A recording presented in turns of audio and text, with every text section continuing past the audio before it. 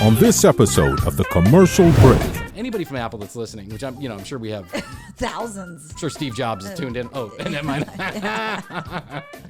Whatever Jimmy Iovine. Tim Cook and Jimmy Iovine. I'm sure they're tuned in right now. Can we please make the Find My Earpods just a little bit more sensical? Yeah. Because here's it is. It's like play sound. Okay, play sound. Oh, next time it connects. No, it says next time it connects. If it just connected, I knew where it was. I know. And then when I actually do find them, it's not playing a sound.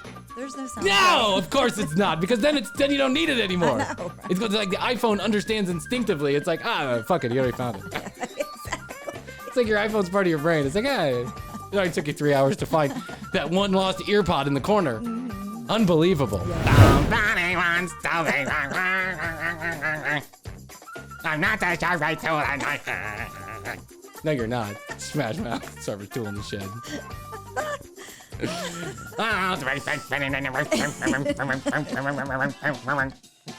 Right. Ladies and gentlemen, it is my distinct pleasure and honor to welcome to the 1996 Olympic parking lot in South Georgia. Debuting their brand new album, another shitty album. Smashbox! Oh, Smash Mouth? Smash Mouth! The next episode of The Commercial Break starts now.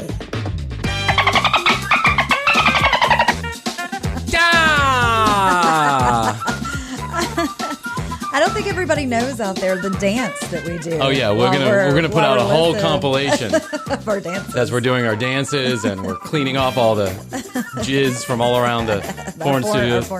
Is this 1, 2, 3, 4 Apple Street? I'm here to fix someone's vacuum. That's right. My vacuum is stuck on blow and it needs to be unstuck.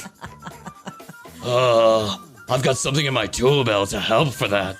Oh, I see that tool belt. Mrs. Crumpet. Yes, this is my vacuum fixer with extender.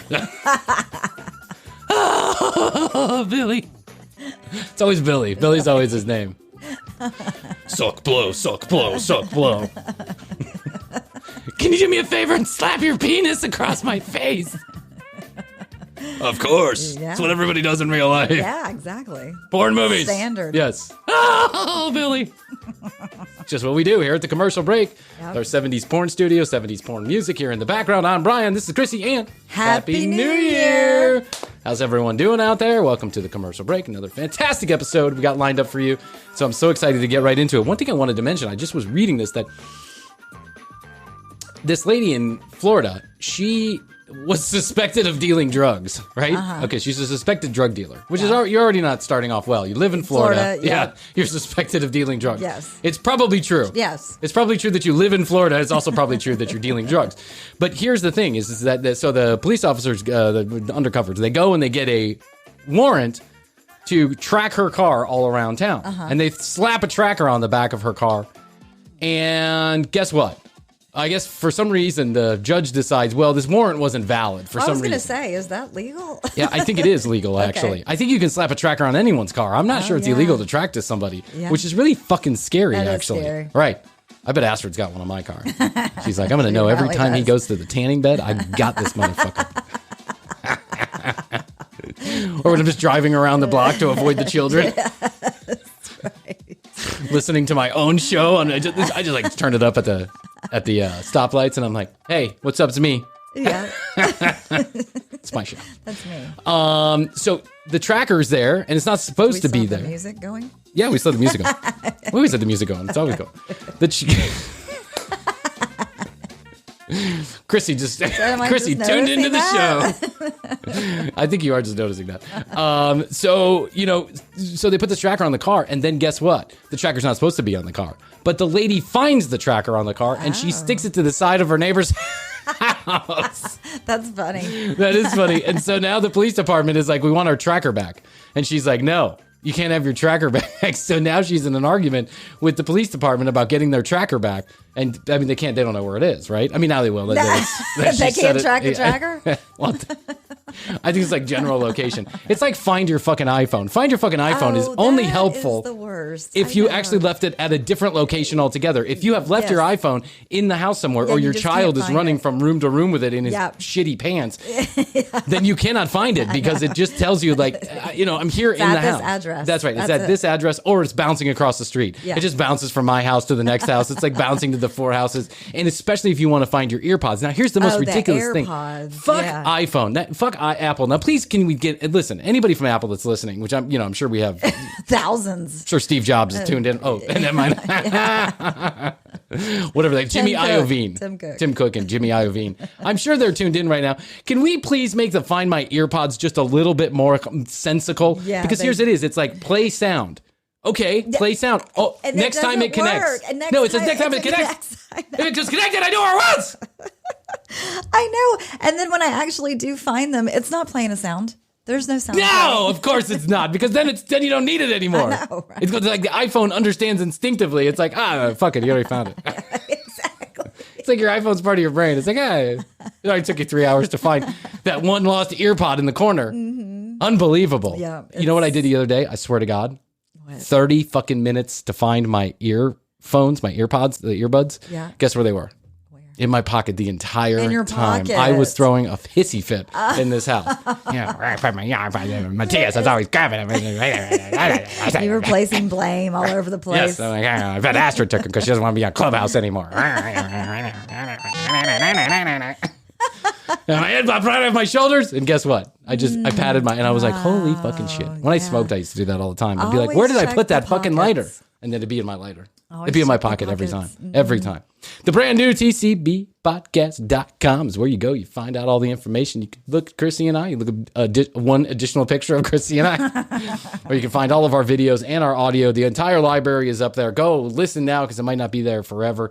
470-5848-449. We certainly appreciate everybody that's been texting and calling. We will get back to you, I promise, at the commercial break. If you want to DM us or you want to follow our Instagram account, the ever-growing Instagram account, and make sure you cash me in Clubhouse. Cash me in Clubhouse. Oh, yeah, you're all over Clubhouse. I love it.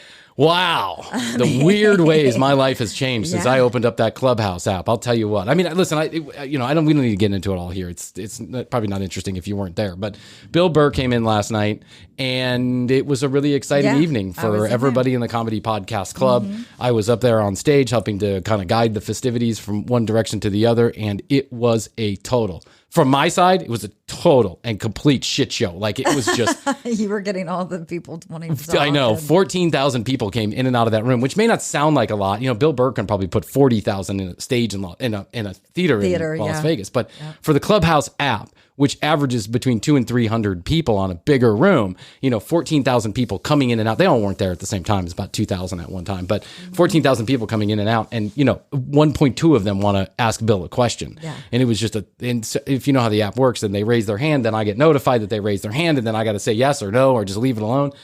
How did you choose? I mean, it's almost like, well, how do you know who to pick? Well, let me be a little transparent about this. There are people that are on the app in the comedy world that I know who have been doing great work in the comedy world on Clubhouse, and I felt that I needed to address some, not that I needed to, but that I wanted to. Like, they've been working so hard on this app to keep comedy alive in this time of COVID, and Clubhouse is one of those places where they have been, and they have been leading the charge. And so you want to give them some love? Yeah, me and Jen, who facilitates the club with me, we kind of made a decision.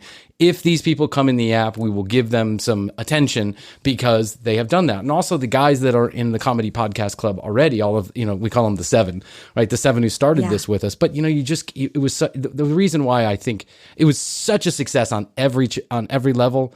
But one of the things I would say was a little bit of a disappointment. There's always going to be something you didn't like, right? Mm-hmm. And I don't want to look at the negative side. I want to say that it was a great room, and Bill Burr was so generous with his fucking time. And some of the things that he said, I've never seen Bill like that. Mm-hmm. He is always very candid. Yeah, he was very mellow and candid. Mm-hmm. Never like he is on late. Because on late night he's got 15 minutes to be funny, right? Yeah, but you here gotta pack it in. He breathed a little bit more. Mm-hmm. And so one of the things that didn't quite get to, that would just disappointed me a little bit, is I wish we had gotten to some more questions. Eddie Brill who formerly booked the Dave Letterman show. He did a great job. He does a great job interviewing these people. It's just that you just wish you had a few more minutes. That's it. That's all you do. You wish you had a few more minutes. And that's the only regret that I wake up with this morning, is that I wish we had a few more minutes. And that's not really anything I can control. It just is the way it is. Yeah. But if you're listening to this and when it's coming out on May 4th, Stephen Wright will be inside of Clubhouse with us Sunday night, 9 p.m. Eastern Standard Time. If you need an invitation, DM us. We've got an invite. If you do not have the Clubhouse app, that's okay. We can give you the Clubhouse. We give you access to the Clubhouse app, even though it's invite only, because we are now so very special inside of Clubhouse. Everybody does it. Whatever. Nice. That's gonna be fun. What I thought was great, and what I thought was just interesting, was one of the Clubhouse executives was there. And she was like, "Oh, we're all talking about this room on the back channel and how great it is." And for that moment, not necessarily for me, but for the whole crew who helped put this together, I was like, that was a moment of pride. I was like, wow, Yes, you're being noticed. But no one fucking cares at the end of the day. No one. Here's the thing. Were they giving you respect? They were giving me respect, but I'm not really sure, I'm not really sure anybody gives a shit about the guy in the corner with the bald head. You know what I'm saying? Like, there are people in the app who are actually I'm not doing anything. I'm just picking people to talk. I happen to be helping put the rooms together. Yeah, but let's be honest about it. Bill Burr isn't returning Brian Green's phone call. He doesn't even know the fuck I am, right? But if you know how the app works, so in order for Bill to get up on stage with us, he's got to follow me so I can bring him up without him being in the audience, where then I have to go find him. Well, Bill obviously took a quick photograph on his phone of himself in some backstage area somewhere. He looked nothing like Bill Burr, right? He's got he's taking it from way below his chin. It's like one of those really, quick selfies that obviously was not planned out. No one helped him with, which is authentic, and I liked it. Yeah. But I would have never recognized that face in a crowd full of 2,000 people. In order to avoid that kind of fuckery, just like Caroline Ray the week before, he had to find me and follow me so then I can pull him up on stage right away. So we don't get there any drama, right? I can look him up real quick and pull him. Well, of course, again, this happens at the very, very last minute, right? Of course, I didn't get Bill's phone number this time. Damn it. But, so the way that the app works is that you can follow people and people follow you. Yeah. Bill had exactly, as soon as he got on the app, 30 minutes before this show started, he had 30 followers instantaneously. I'm sure. Right? Yeah. So I then follow Bill, and then Bill follows me within 5 minutes of the show. Boom. So we're scrambling. Boom. Right? Yeah. Now Bill Burr, by the time the show is halfway over, he's got 1,100 followers, right? I mean, just an insane amount of followers. Yeah. And he's only following 4 people. And one of them is Brian Green. That's right. So for one moment in time, I am everything I want to be. And in that... Oh, Bill's gone. Bill shut down his account. Bill. But it did happen. It did happen. Yes. So I say this. No one really fucking cares about Brian Green. They care about Bill Burr. That's who they fucking care about. And I don't want to get... I care about Brian Green. Well, thank you. I mean, I'm sure there's a few people in my life who care whether or not I survive. I'm going to write your paycheck eventually. So, Krissy's like, got to make sure I get a hold of that TCB account. Jingle jangle. What I do have to say is that no one really gives a shit about any of this stuff at the end of the day. It's like I'm working with this new podcaster, right? Mm-hmm. I take this phone call from a relatively new podcaster, and he says, he was complaining that someone in Clubhouse hadn't given him the proper respect he thought he deserved. Mm-hmm. And this is a no shit scenario. And I'm sorry I'm airing your dirty laundry, my friend, but here it is. He's 176 in the Apple charts in Denmark on podcast. Yeah. And he goes, they didn't even have enough respect to call me up on stage. You'd think after being number 176, no one cares. Gives a shit. Well, it's like what we said too. We were talking about this earlier when we were big in Ireland. That's for true. A little while. If we were in Ireland, we couldn't even walk down the street. That's right. We would have been mobbed. I know. We were imagining that in Spain, we would need security to go there. Meanwhile, we had 16 downloads. Somehow ended up number 1 in Spain because one of my brothers-in-law listened to our episode 3 times in a row. And it's like no one fucking. It's not like Joe Rogan is sitting there going, oh, number 162. Yeah, Joe Rogan's got a rolling list of people he should respect today. It's like, dude, come on, no one cares. Really? Do you think, honestly? I mean, I know that you get caught up in it, but what I'm learning is that I'm not the show. No one gives a shit about me. It's all relative. Yeah, it's all relative. And even on the TCB, even though, we pull in big numbers and we get on these charts, no one cares. Who really cares? And so there's a couple in Florida. This couple in another Florida. Story. We're just going to make this all about Florida. I mean, it's a gold mine. It is a gold stories. I do have to say. What is it that makes people in Florida so very fucking crazy? I don't know. But Yeah. Is it the sun? There's something. Is it the sun that just gets to people? It's close to being like out of the country. Yeah, Lawless. Yeah. Trump's down there with his whole little world, and they just. Yeah. It's a weird place, and I love visiting there because I all the beautiful. love Florida. Yeah. I have often dreamed of moving there myself in some sun-drenched location, but then I wonder if that sun's going to go to my head like it does to everybody. Yeah, it might. You might Man become a wrangles, drug dealer. Man wrangles alligator during bank robbery where he's high on paint thinner with his penis stapled to the side of his leg. Yes. Small baby eaten by python that's then grilled by Crystal Meth Mastermind for 7-course meal at Mar-a-Lago. Those are Mar-a-Lago. Margo Largo. Welcome to Mar-a-Lago. How can I help you? Those are the stories that you hear, though. I know. It's true. It's like... You don't really hear them coming from other states. That's right. Man forgets to put wheels on his truck. Drives into storefront. Drives into Space Mountain at Disney World. People celebrate.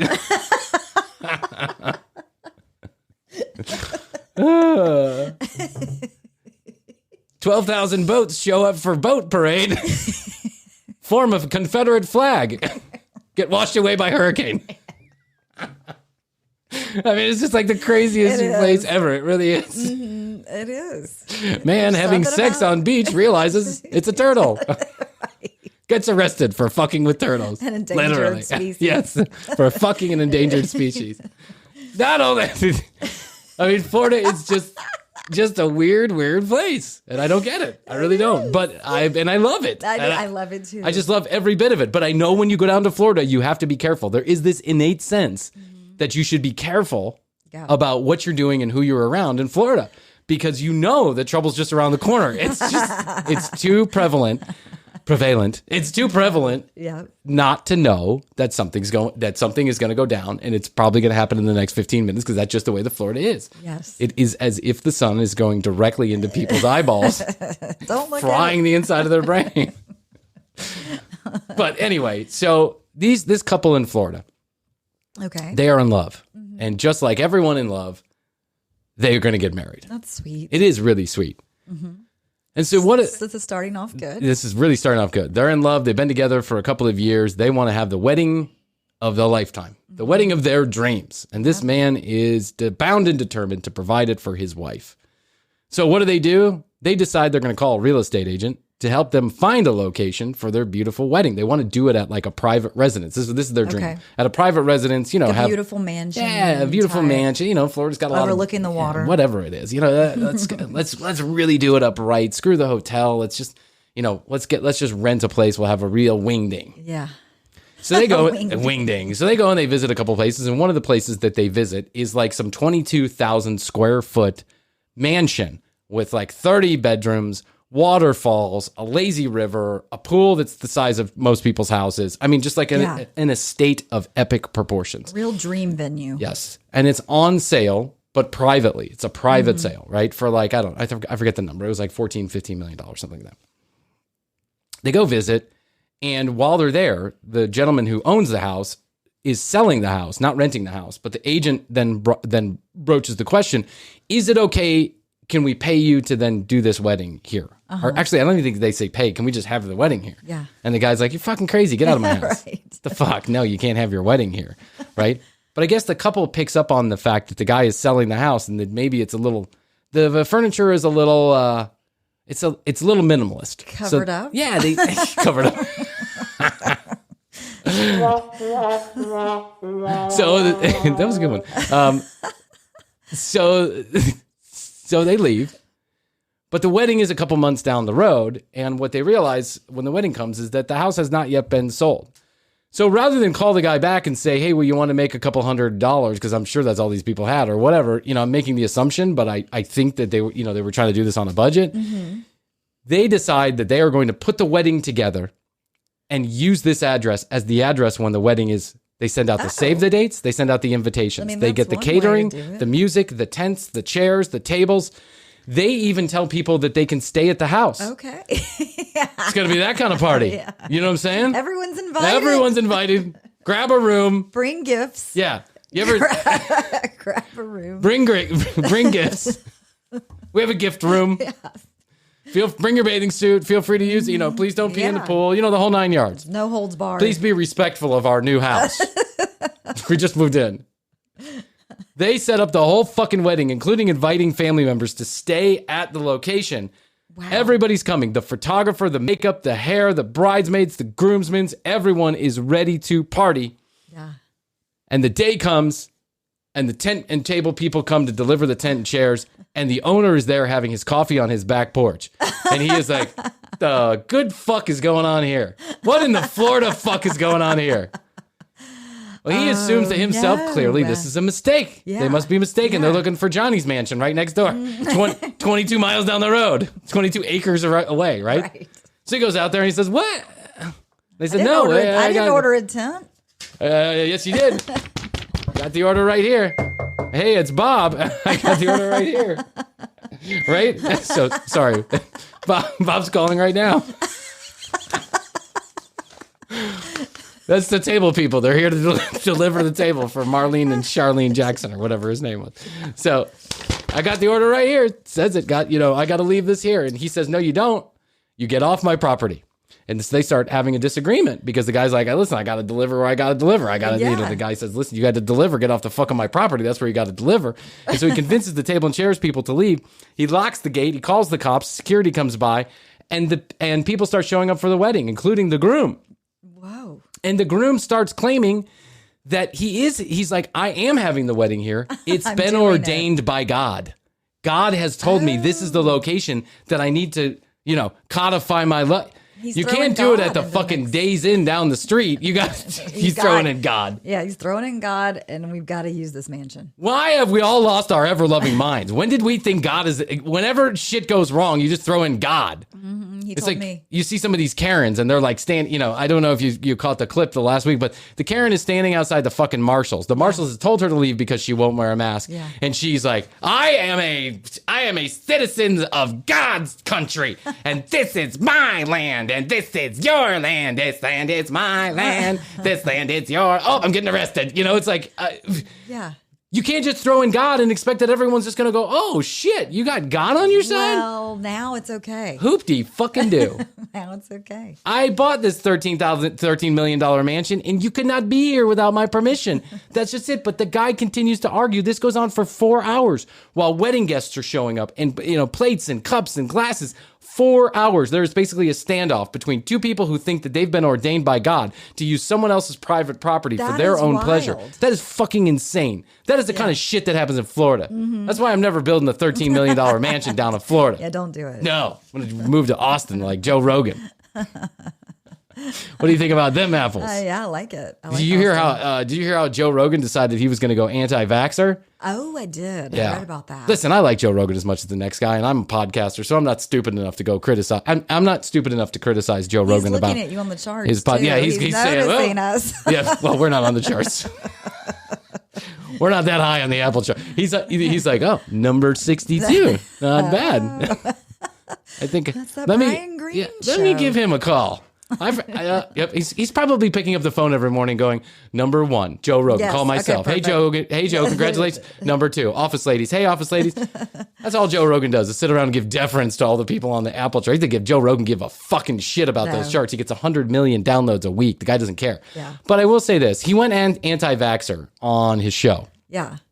For a hot second. He was like... Well, he said young, healthy people don't need to get it. but that was incorrect. Yeah. I just think, he should have stayed away from that. I know that Joe likes to touch the third rail all the time, and it's part of what makes his podcast so popular, and that he's willing to have the conversations that we are too scared to have, right? So I totally understand that. But I mean, it's kind of it's a little bit of a dumb thing to say, I think, my personal opinion. Like, don't even get involved. Joe, let the scientists say it. Exactly. Let the scientists do it. You're not a scientist. I'm not a scientist. Why are we going to talk about that? But then Bill Burr said that to him. He said, hey, listen, Joe, you're not a scientist. I'm not a scientist. We don't know what the fuck we're talking about. Why are we sitting here having an argument based on based on stuff that we don't even know? Yeah. That's it. It's just your opinion. It's just our opinion. No one knows. Yeah. So listen, back to the Florida thing. These people are imposters. And you know what? That goes to imposter syndrome too when it comes to like people that think they're doctors. All of a sudden they're doctors. All of a sudden they're ordained by God. All of a sudden they're this imposter syndrome is running rampant through our fucking country. And it drives me crazy that people think that they're entitled to something that they're not, or that they know something that they don't. Yeah. And it's just like all of a sudden, you talk to somebody who's an anti-vaxxer and all of a sudden they got all the medical information that you need, right? They've researched it because you haven't, I saw a friend this weekend and she said, you know what? They've got 5G in that vax. Give it to me. I mean, pump me up. Pump me up. I want 2 booster shots. Right. I don't want fucking COVID. Yeah. I understand that it hasn't been around for a long time. It's a new technology, but you know what? It's a modern fucking miracle. And if it gave me 16 more days here on this earth, I'm glad I took it. Yes. That's all I got to say. Because there's a small chance, albeit a small chance, that I might die of COVID. And we have no idea what the long-term effects of COVID are. Yeah. We have no idea what the long-term effects of the vaccine are. I'll take my chances with the vaccine. Yes. Because that COVID shit sounds nasty, right? And Yeah. I know people who have passed away from it. I have had people close to me who have passed away from it. So I'm not going to take those chances. No. But anytime you start talking to somebody about this, all of a sudden they got the fucking information, right? They went through every bit of medical research. Did you know that stuff literally changes you into a lizard person? Oh, really? It's got lizard DNA. That's how they do it. They put lizard DNA in there and then they shoot it and then slowly you're going to turn into a lizard man. Bill Gates presses a button and everyone dies. Oh, right. Yeah, that's right. That's the one, right? You are some guy on my Facebook who's an absolute fucking Looney Tune right now, right? And the guy is the last person who should be talking about health because he has more health issues than I know what to do with. Guy is in surgery every 15 fucking minutes. And I feel bad for him about that. That's not his fault, right? But then he is such a fucking moron when it comes to this shit. He's like, that DNA is that RNA is literally changing your DNA. You are literally becoming like an android. And I'm like, oh my God. Yeah. Dude, come on, man. Really? Imposter syndrome. Mm-hmm. That's what this is. Everybody thinks they know.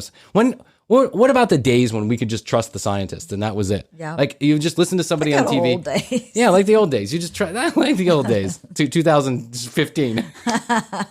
When we all had like some level of the truth, right? Yeah. Dan Rather said it, and it was true. Yeah, that's right. Dan Rather said it, and we all went, Dan said it.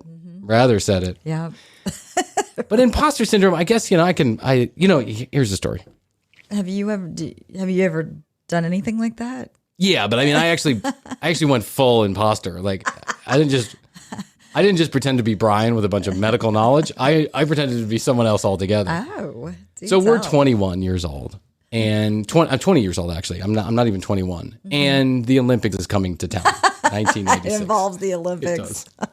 All my good stories start and end with the Olympics. It was a crazy time in my life. I had no head on my shoulders. I was such a fucking moron. Anybody who knew me back then, I just want to say I'm sorry. I'm making amends to the 100,000 people that, you know what? The 100,000 people that listen to this podcast, probably 99,000 of them were wronged during the Olympic period of Bryan's life. And I'm like, that shithead. I wonder what he's going to say next. So me and my friend, who I won't mention his name, we did a bunch of just stupid shit. We just ran around town doing a bunch of stupid shit. And you have to remember the incredible amount of excitement that was going on. I'm with the Olympics. I'm with the Olympics. I remember the Olympics coming to Atlanta. It was a very big deal. It was. Guess who? It's Bryan Green from the Olympics. Bryan Green, Olympic imposter. Did you have a pen? We did. Everybody had a pin. Everyone was wearing those pins like they knew something. Like something was going down. You get this pin if you worked for the Olympics. Here's how it went. They announced the Olympics, on the 1996 Summer Olympics goes to the city of Atlanta. Woo! We were literally driving to school that morning when it was announced live, and everybody is honking and like out the window, like, woo! As if the whole town won the fucking lottery. What you won is you won a big old tax hike. That's what you won. And a bunch of things that have been built that are now abandoned. Yeah, that's right. You got a bunch of abandoned buildings. Congratulations. Now an eyesore on the rest of our lives. We got to look at that stupid fucking metal Olympic flame that means nothing. Nothing. So the Olympics come, and here's how it goes. For years, there's just an immense amount of building. The city has already been exploding in population. Now it just doubles in rate. So now the city is growing at a rapid rate. Highways being built, new buildings, stadiums, all this other stuff. Ted Turner Stadium, all these other things are happening. And the promise of prosperity for everyone in Atlanta is crazy. There literally are people on news television programs that are saying that people can rent their house. They can be 25 miles away from downtown Atlanta where any of this stuff is happening and rent their house for $10,000 a day. I remember this, and this is back before Airbnb and VRBO. Yeah. Yeah, where you were going to rent it, I'm not even sure. Put it in the newspaper? House for rent. But if you put it in the newspaper, then people already lived here. What would they, I don't know. Right. But I just remember all this stuff. I even remember my dad having conversations about this. Like, should we rent I think that at one point my dad even thought, should we rent the house? Yeah. But what became quickly apparent is that wasn't fucking true. No one was renting houses for $10,000. No one gave a shit. This just goes back to my thing. No one gives a shit. No one gives a shit about Brian Green in the Bill room and Bill Burr room. And no one gives a shit about the 1996 Atlanta Olympics. People are going crazy over the tickets. Like there was a lottery for the locals, and it was crazy. It was crazy. And we were all expecting that this would just be a crush, a sea of human beings, wall to wall, spending money in our city. Yeah. That did not happen. Yeah, and in fact, there was a bombing. Yeah, there was a bombing. Yeah, in fact, people flew the other way.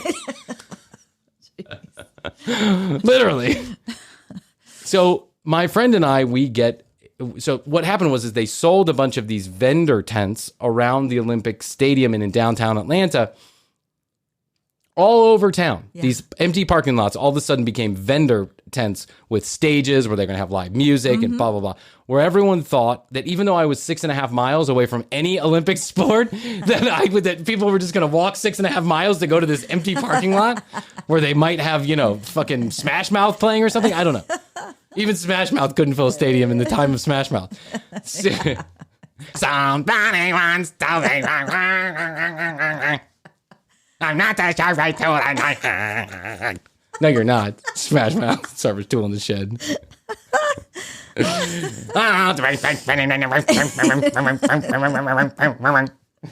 Right. Ladies and gentlemen, it is my distinct pleasure and honor to welcome to the 1996 Olympic parking lot in South Georgia, debuting their brand new album, another shitty album, Smashbox. Oh, Smash Mouth, Smash Mouth. Playing from 5:30 to 5:45. Smash Mouth, free barbecue, free beer with purchase of a Smashbox ticket. Smash Mouth ticket. Somebody wants to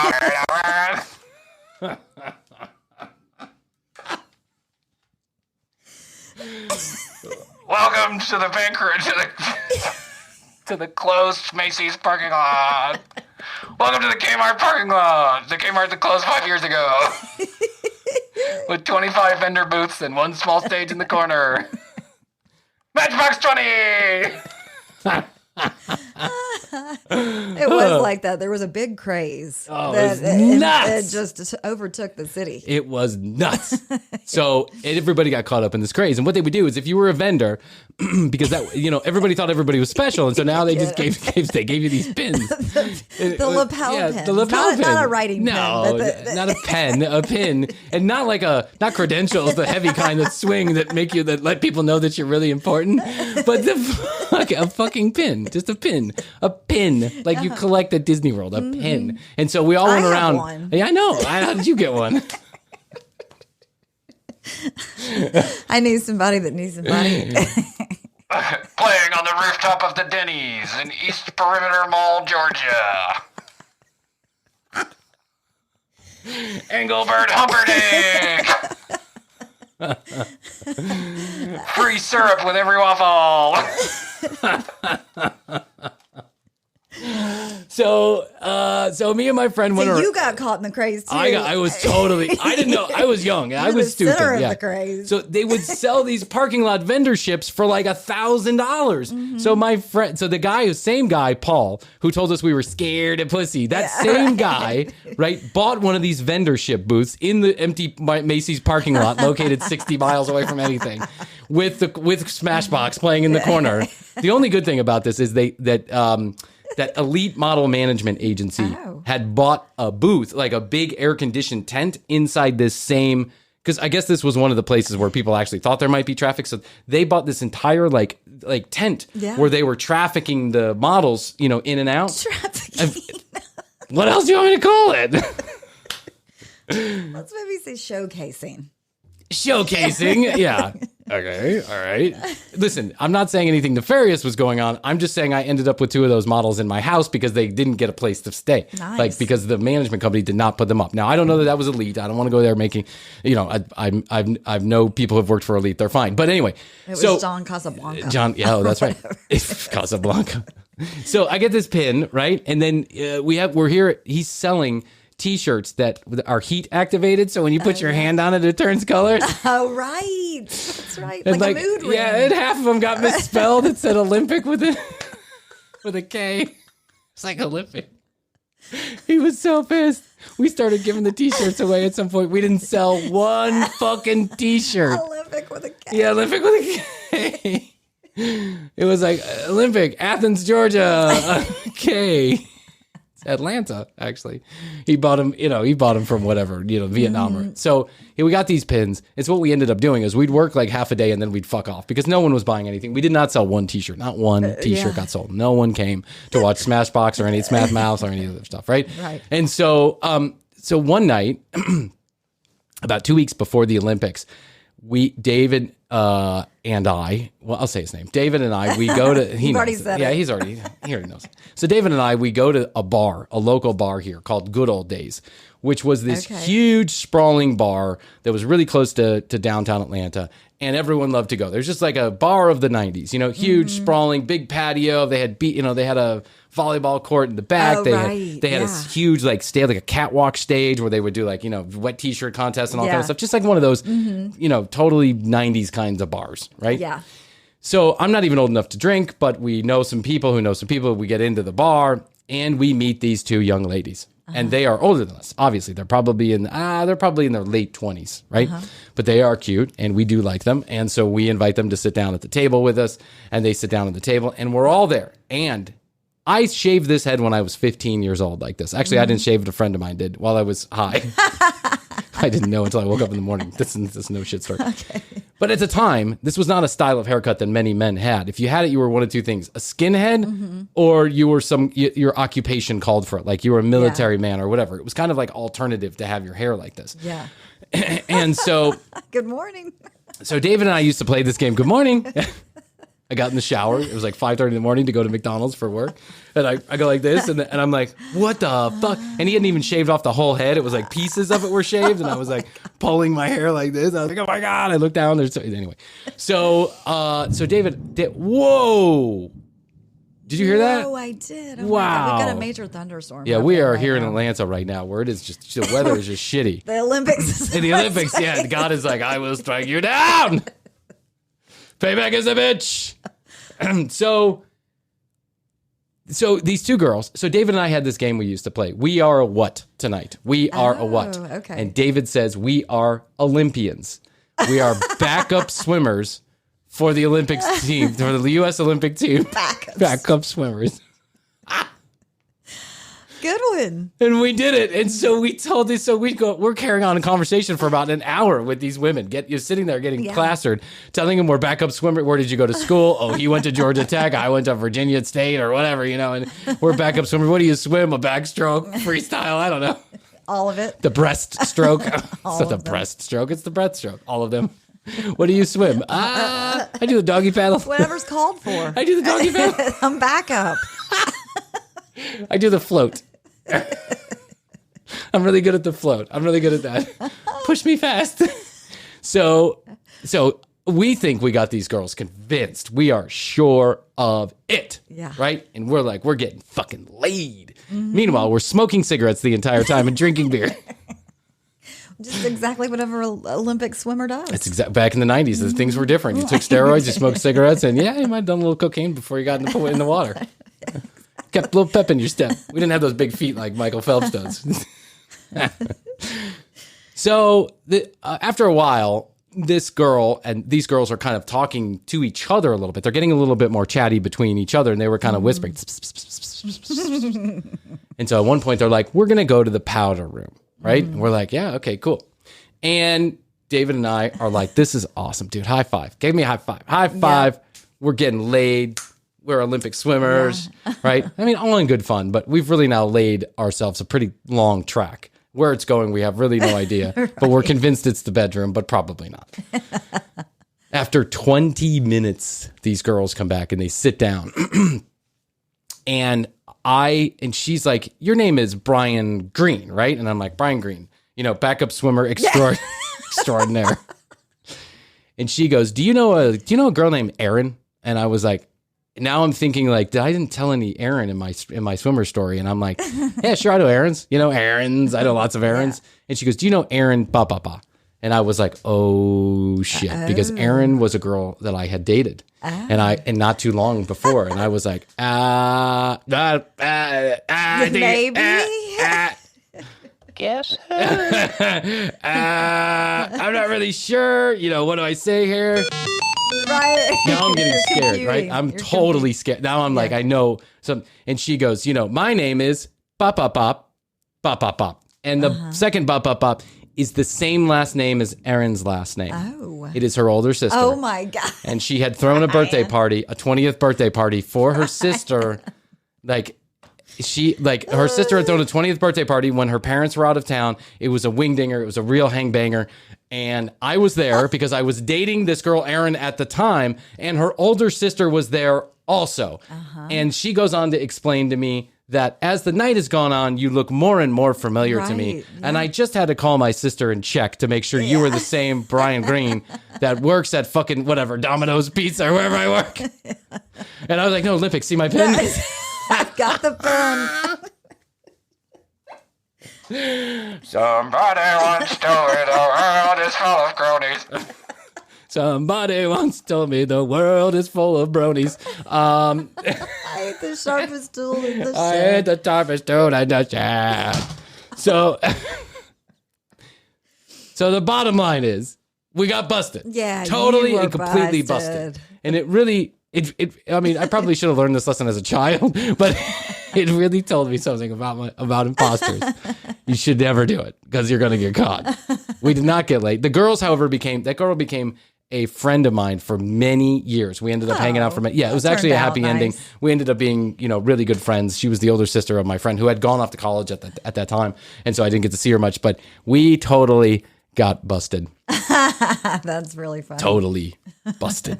Don't be an imposter. So here's what I got to say to you. This is like the bottom line, the moral of my story, which started with Bill Burr and ended with Smash Mouth somehow. Went to Florida. Yeah, we went to Florida, then to Smash Mouth, then over to my haircut, and then it's been another long and winding road called the commercial break. And by the way, we're so happy that you listened to the show. So thank you very much. You. But I do have to say this as one last lesson learned. No one gives a shit. That's true. No one gives a shit. That's true. I'm learning that no one gives a shit, and you should too. And you know what? Don't take things like don't take anything anybody says that's good personally. Don't take anything that anybody says that's bad personally. I'll accept the good, but I'll deflect the bad. That's right. You're doing great. Thanks. You're an asshole. I'll go fuck yourself. Yeah, who cares Don't what worry you about think? that. That's right. Oh my God. Well, I don't know how much more I can do. You know what a crazy 12 days has been for me? And it doesn't stop. We're doing it again. I know. No, the least of which is the commercial break. I mean, this is my home. This is where I have to Yes. where I have to be. This is what I really This is love where to we do. recenter. Yeah, this is your inner sanctum in your inner rectum. Inner sanctum in your inner rectum. Yeah. TCBpodcast.com is where you go. You can find out all more about Krissy and I, all the show notes. You can watch the videos. You can listen to the audio. You can do whatever you want on TCBpodcast.com. Get all including, over it. That's right. Get all over it. What you do is to get all over it. Just slap your cock right all over TCBpodcast.com. I want you to clop right all over to TCBpodcast.com. 470-584-8449 is where you text us, or you can leave us a voice message. We do not answer that phone. So just don't expect us to. I just don't understand why people think that, but that's okay. They're like, hello? Is Bryan there? I'd like to talk to Hoadley. I bet you do, brother. I bet you do. At the commercial break, you can drop us a DM, or you can follow our Instagram page for content you can't get anywhere else. If you need an invite to the Stephen Wright Show, the Susie Essman Show, the Brian Regan Show, or any of the other shows that are going on in Clubhouse that we're helping to facilitate, feel free to drop us a line, and we'll send you a link to get in, even if you don't have Clubhouse, at TCB Krissy, at Bryan Green, BryanGreen. You can follow us on Clubhouse, and we would be happy to have you. Don't forget to tune in to the commercial lunch break, which we will be doing either Tuesdays or Wednesdays. Look out for an Instagram post about that. You can jump in. You can talk to Krissy and I. There's a special show, and we'll have guests on there, too. Yep. And so what else do I got to say? I think that's Lots of great guests coming in. We've got God. We've got Oscar Aiden's coming back for round 2. Dr. Sin was really happy with her appearance, and I think we had a great time with her. So, listen. There's lots of great stuff going on here at the commercial break. Can't complain. We're number 196 in Moldova. So look out, Joe. That's right. Coming for you. Tell everyone to get vaccinated and watch your back. Pay respects to the king. How dare you not pull me up on stage? What a fucking moron. I can't believe you didn't pull me up on stage. Did he not know that I was number... No, he didn't know. Why? Because no one besides you gives a fuck. Right. And you know what? You shouldn't give a fuck either. Doesn't really matter. All right, that's it. That's all I got to say. Until next time. Bye. The Commercial Break. New episodes on Tuesdays and now Fridays. New YouTube clips drop daily at youtube.com/The Commercial Break. Visit tcbpodcast.com for access to our entire media library. Follow us at The Commercial Break on Instagram and join the Commercial Break Club on Clubhouse to join in live recordings. Each episode is written and produced by Bryan Green, co-hosted by Krissy Hoadley, with additional content provided by Tina Cano.